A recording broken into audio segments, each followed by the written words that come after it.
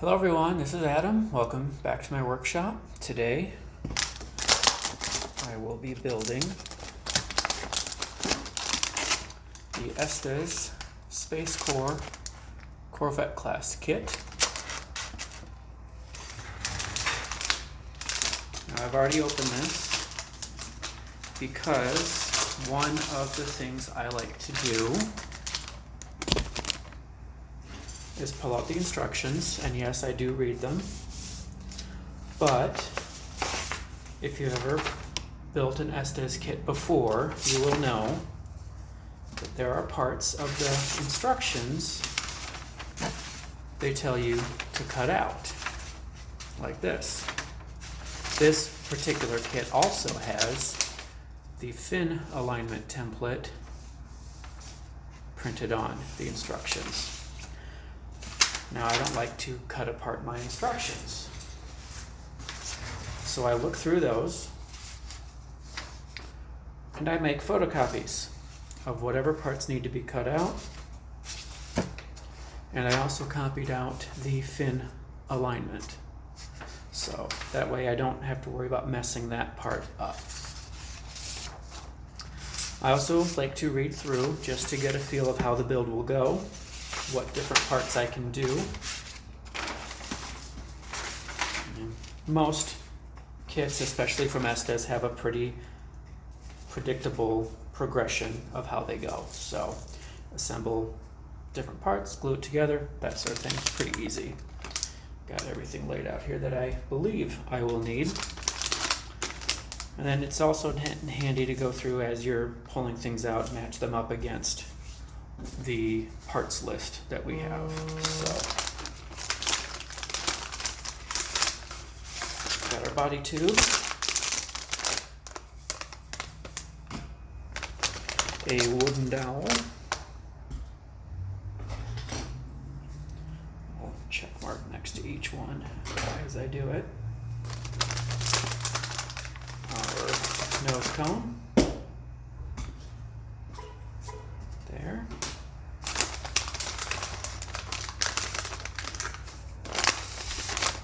balsa, 2 sheets,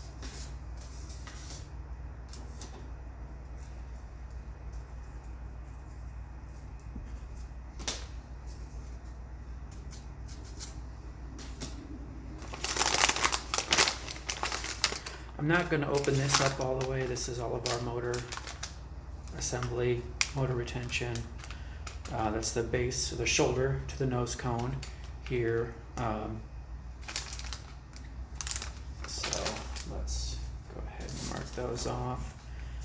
Engine mount tube, engine retainer set, that's those there and there. Nose cone, shoulder there, engine block. Estes likes using green, that works for me. They have 2 sets of launch lugs. One goes here for the actual launch lug, one will go on the ends of each fin. So that's important to pay attention to with this specific build. Our centering rings, parachute is the orange there, shock cord there, launch lug there, that's the same one, and then that's the same as these down here, so we're good there. Is there any part here I don't have? That's the centering rings. Okay,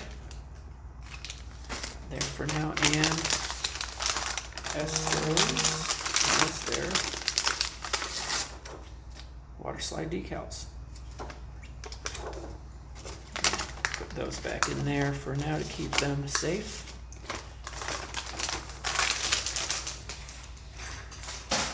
Okay. Now, the first step,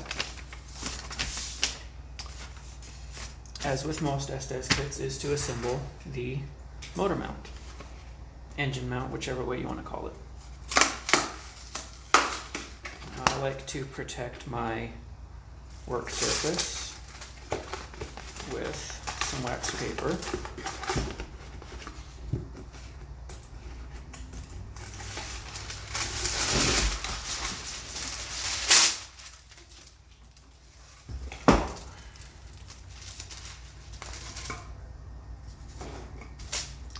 I will open this. Little knife here.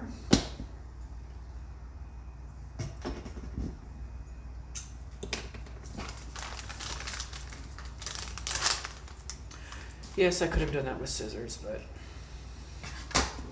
the knife was there. So we'll need our motor mount tube.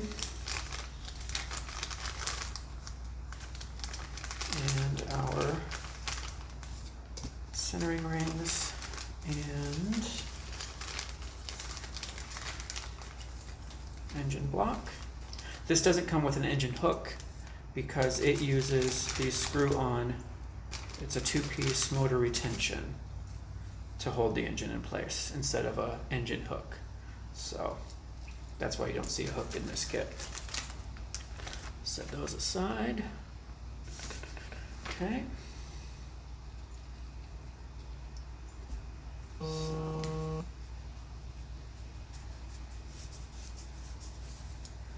Now, has us mark 3/8 of an inch from one end of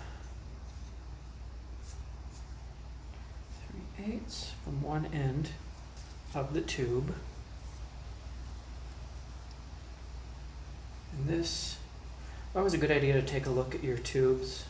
This one has a little dent on one end, and I could work on fixing that, but since the other end is pretty clean, I'm going to call this end the aft, where the engine actually goes in. This will be the forward end. This is where the motor block will go. So as long as that block fits in there, and it does, we should be good to go. Again, always a good idea to test fit your pieces before you glue them, because once they're glued, well, they're in. So if this is going to be the aft end, I will put my mark there.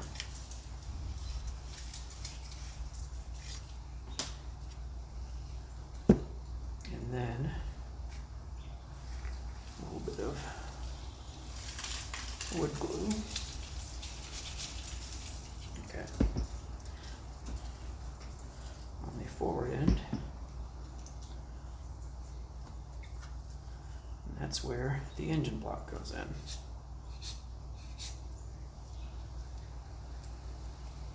A little bit of glue.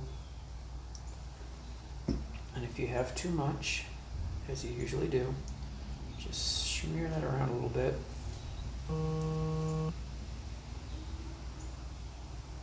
Set that there for now, and just get a little towel.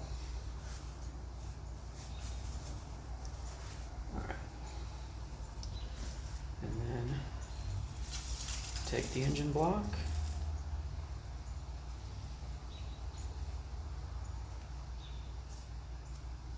Put that in. And the instructions specify that this should be even to the end of the tube. So I just want to lay it flat. I've got another little dowel here. This is doing two things.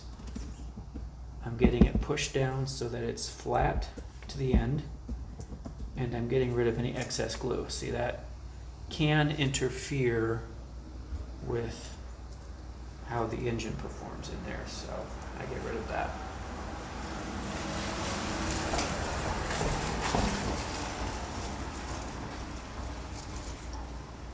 Okay, that looks good. And then we take our centering rings, cut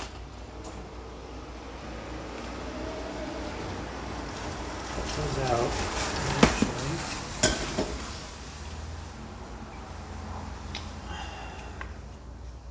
I don't know what that one was, a neighbor going in and out. Okay. Anytime you're using your hobby knife, it's a good idea to get in the habit of using your safety glasses. Now, these blades are strong, but they can break with little to no warning. And if they break, there's a good chance, better than zero anyway, that it could pop back into your face. And we don't like that going into our eyes.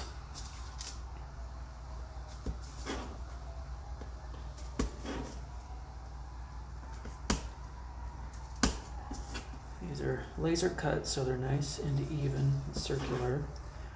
But anytime they laser cut, they always leave little tabs that hold them together so they're not moving around inside the packaging. Blade's getting a little loose there. So you could pop those out by hand without using the blade. I like to use the blade, just a little bit more precision, less chance of it tearing something.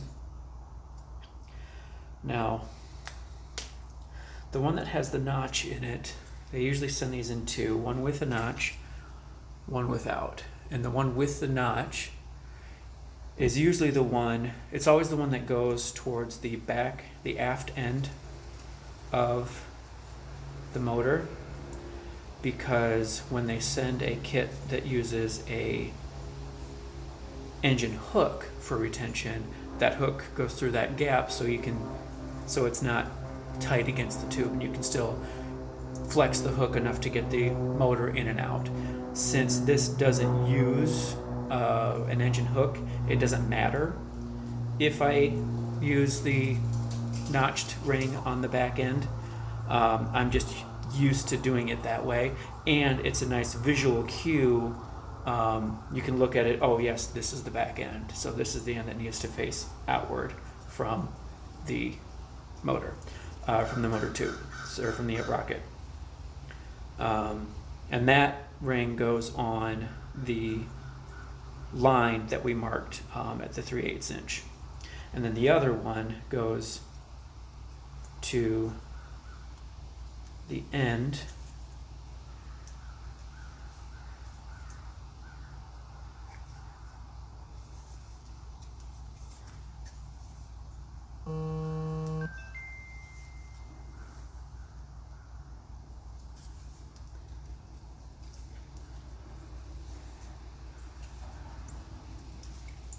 work that on there. Yeah, that's part of where that is coming in. There. And that we want more or less even to the end again. So now to keep these in place, we use our wood glue again. Typically anything when I'm building, I use wood glue. I have several types of super glue. If I'm building anything that is meant to be structural, 9 times out of 10 I will go for my wood glue, as long as the parts are wood or paper.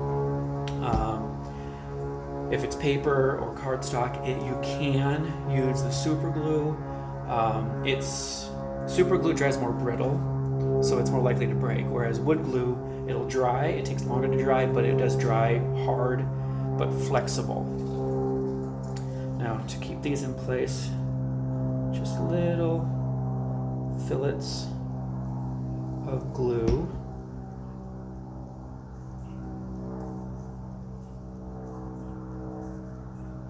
Normally I would do one on each side of both centering rings, but since the one is flush to the end, it only gets it on one side.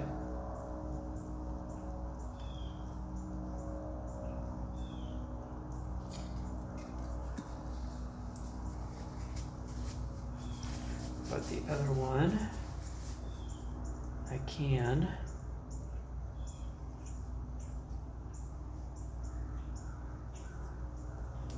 glue on both sides.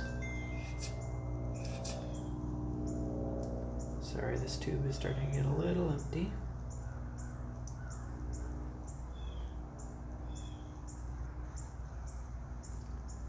And anytime you're gluing, you'll find you end up wiping off almost as much, if not more, than what ends up staying.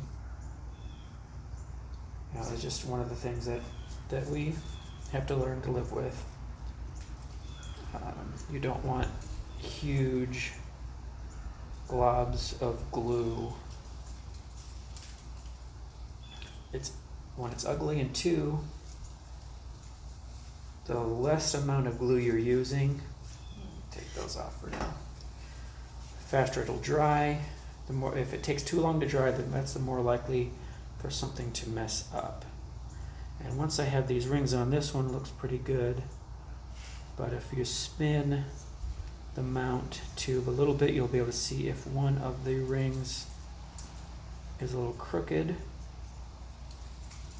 And before the glue has a chance to dry fully, you can fix that. That looks pretty good. You want these to be